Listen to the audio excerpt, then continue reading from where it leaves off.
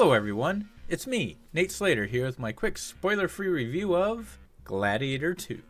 The plot for Gladiator II takes place 16 years after the death of Marcus Aurelius. Rome is ruled by the corrupt and tyrannical emperors Geta and Caracalla. Aurelius' grandson Lucius Verus, now living under the alias of Hanno in the kingdom of Numidia, is captured and enslaved by the Roman army after his homeland is conquered. Forced to fight in the Colosseum, Lucius rises as a fierce gladiator, fueled by a burning desire for revenge against General Achaeus, the man responsible for the death of his wife. The cast of Gladiator II is just as diverse as the first, with a wide range of talent that ranges from mediocre to pure excellence. Paul Mescal stars as Lucius Verus Aurelius, now known as Hanno, the grandson of the late Emperor Marcus Aurelius and the son of Maximus Decimus Meridius, the hero of the first film. Pedro Pascal portrays General Achaeus, an experienced Roman army leader who trained under Maximus and is married to Lucilla. He leads an army to conquer Numidia, now Lucius's homeland, but becomes disillusioned by the brutal realities of war and the needless loss of life. Connie Nielsen reprises her role as Lucilla, Lucius's mother, Maximus's former lover, and daughter of Emperor Aurelius. After Maximus's death, she sent Lucius away from Rome to protect him from those vying for the imperial throne. Now married to Achaeus, Lucilla remains highly popular among the people of Rome, yet she is both feared and manipulated by those in power, including the emperors. Denzel Washington stars as Macronus, a former slave with ambitions to seize control of Rome. He commands a stable of gladiators and becomes a mentor to Lucius. In addition to his role in the gladiatorial arena, Macronus operates as an arms dealer, supplying weapons, food, and oil to Roman armies across Europe. Having covered the main combatants of the cast, let's now turn our attention to some of the key supporting characters. Joseph Quinn stars as Emperor Geta, the co-emperor of Rome alongside his brother Caracalla, played by Fred Hechinger. While Caracalla is notorious for his erratic behavior and his struggles with cognitive decline, Geta remains more stable and composed of the two. Peter Mensa portrays Jugurtha, a powerful Numidian chief who becomes a mentor to Lucius. Alexander Karim portrays Robbie, a former gladiator who, after earning his freedom, dedicates his life to healing injured combatants as a doctor. Lastly, Derek Jacobi returns to reprise his role as Senator Gracchus, a resolute member of the Roman Senate who fiercely opposes the escalating corruption of the imperial court.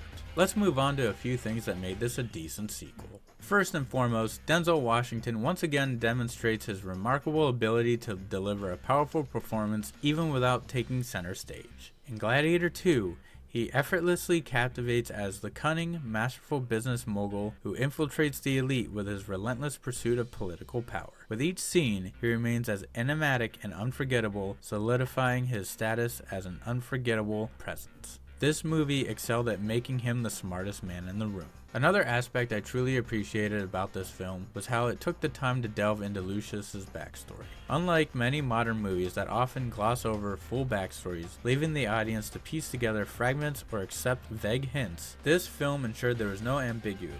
It provided a clear and detailed explanation, making it easy to understand who Lucius is and where he came from. Finally, one of my favorite moments in the movie was the Colosseum naval battle. I had no idea that the Romans once staged naval battles in the Colosseum, so seeing it brought to life on the big screen was both surprising and captivating. The scene was a visually stunning spectacle that added a unique and thrilling twist to the traditional Colosseum combat. Now let's dive into aspects that held this movie back from being a perfect sequel. Let's begin with the film's main protagonist, Lucius. While his backstory was well developed, his character came across as flat and one-dimensional. His personality felt monotone and devoid of emotion, which stood in stark contrast to Russell Crowe's Maximus from the first film, a character who exhibited a wide range of emotions. As a result, I found it difficult to connect with Lucius and felt largely indifferent towards the character. What I disliked most about this film was how heavily it relied on mirroring the original. The beginning, middle, and end felt like a near replica of the first movie, with only slight variations in the characters and their circumstances. Even Lucius's repeat gesture of kneeling to touch the sand in the Colosseum, a clear nod to Maximus in the first film, was overused, reducing of what could have been a meaningful tribute to a tiresome and heavy-handed reminder of what came before. Lastly, the movie felt disappointingly predictable. It leaned heavily on foreshadowing, often to the point of being painfully obvious. Every time you think, I bet this will happen, the next scene almost unfailingly confirms your suspicion. To wrap it all up, Gladiator II does pose as a satisfying sequel, despite its shortcomings. Had they spent more time fine-tuning the script and given Paul Mescal a bit more direction with his range, this movie could have been an epic. But because they didn't, I give this film a 7 out of 10. It was good, but not great. That concludes my review. Remember, if you haven't already, like, comment, and subscribe to keep up to date on all things Plot Hole Productions. Once again, I'm Nate Slater, and I'll catch you in the void.